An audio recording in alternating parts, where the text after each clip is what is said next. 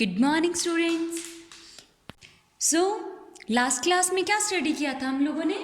Last class में हम लोगों ने अपना जो chapter number second tit for tat, जो सेकंड चैप्टर अपना रनिंग में था, उस चैप्टर के हम लोगों ने क्वेश्चन आंसर्स कंप्लीट किए थे। Okay, now what will do in this class? इस क्लास में क्या करेंगे? अपना जो नेक्स्ट चैप्टर है, अपना नेक्स्ट चैप्टर कौन सा है? Chapter number third Kabir. Okay, chapter third Kabir. So देखते हैं अपने इस चैप्टर में क्या है, इसकी स्टोरी क्या है और इस चैप्टर में क्या सीखने को मिलता है। ओके, इसका मोरल क्या है और हम अपनी लाइफ में इससे क्या सीख सकते हैं। ओके, सो स्टार्ट करते हैं अपना chapter number third Kabir. Kabir road many poems and songs. Kabir जो हैं उन्होंने बहुत सारे पोएम्स और सॉन्ग्स लिखे हैं। कबीर एक बहुत ही ग्रेट पोइट थे। ओके, वो दोहे वगैरह भी लिखते थे। Okay, so Kabir road many poems and song. Kabir ने बहुत सी पोएम्स और बहुत से सॉन्ग्स लिखे हैं and expressed his teaching in the form of conscious saying as couplets. और उन्होंने अपनी जो सॉन्ग्स और जो पोएम्स हैं उनको कुछ इस तरह से एक्सप्लेन किया है ना, टीचिंग वे उन्होंने एक्सप्लेन किया कि जैसे उन्होंने 2 और 3 राइम की जो पोएम की जो राइम्स होती हैं, ओके, उस तरह से उन्होंने अपनी जो पोएम्स और जो सॉन्ग्स हैं उनको एक्सप्लेन किया है। His poetry reveals the intensity of his devotion। और उनकी जो पोइट्री है, ओके, उनकी जो पोइट्री है उसमें इतना ज़्यादा स्ट्रॉन्ग इफेक्ट होता है, इतना ज़्यादा मतलब उसमें स्ट्रॉन्ग इफेक्ट होता है कि मतलब हमें प्रॉब्लम नहीं होती उसे बिल्कुल भी समझने में या अपनी डेली लाइफ में यूज़ करने में। He wrote in Hindi language. उन्होंने हिंदी लैंग्वेज में इन सब को लिखा है and contributed to its development. और इसके डेवलपमेंट में उन्होंने बहुत ज़्यादा कंट्रीब्यूट किया है। It was the year 1440। कौन से ईयर की बात की हुई हमारे पास इस चैप्टर में? इट वॉज द ईयर 1440 की 1400 जो 40 अपना जो ईयर था उसकी यहाँ पर बात की हुई है। The day was very hot. एक दिन जो दिन था वो बहुत ज़्यादा गर्म था। A young man and his wife were travelling to Varanasi. एक यंग मैन और एक उनकी वाइफ, एक जो यंग मैन और उनकी जो वाइफ थी वो गुजर रहे थे। कहाँ से ट्रैवल कर रहे थे? वो ट्रैवलिंग टू वाराणसी। वो वाराणसी से ट्रैवल कर रहे थे। वाराणसी क्या है? Varanasi is a name of a place. Varanasi क्या है? It's a name of a place. Okay, the man was Neeru and his wife was Neema. उस मैन का क्या नेम था? जो व्यक्ति था, जो यंग मैन था, उसका क्या नेम था? नीरू। यंग मैन का क्या नेम था? नीरू। और उनकी वाइफ का क्या नेम था? नीमा। ओके, यंग मैन का नाम था नीरू और उसकी वाइफ का नाम नीमा। ये दोनों किधर से गुजर रहे थे? किधर से ट्रेवल कर रहे थे? फ्रॉम वाराणसी। किधर से? टू वाराणसी वो ट्रेवल कर रहे थे। दे वर पुअर वेवर्स। और वो बहुत ही ज़्यादा पुअर लोग थे, मतलब वो बहुत ज़्यादा गरीब लोग थे। ऑन द वे, उस रास्ते पर they passed by a pool of cool water. उस रास्ते से वो एक ठंडे पानी का जो पुल होता है, जैसे तालाब बोल सकते हैं। ओके, सो एक ठंडे पानी का जो तालाब है वो उनके रास्ते में आता है। A large number of lotus plants grew along the edge of the pool.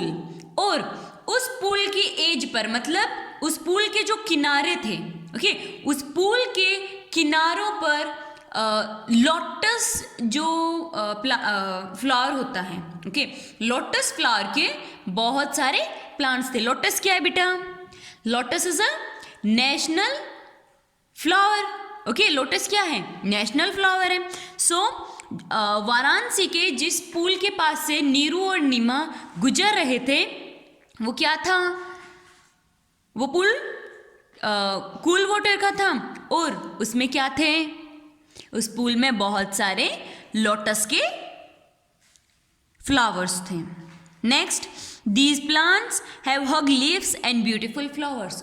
और इन प्लांट्स के बड़ी बड़ी पत्तियां थी। ओके, लोटस प्लांट में क्या होता है? बड़ी बड़ी पत्तियां होती हैं और एक बहुत ही सुंदर फ्लावर होता है। ओके, जैसे यहाँ पर अपने डायग्राम में दिखाया हुआ है कि लोटस प्लांट में बहुत ही बड़ी पत्ती होती है और उनके फ्लावर्स भी बहुत ही अच्छे होते हैं।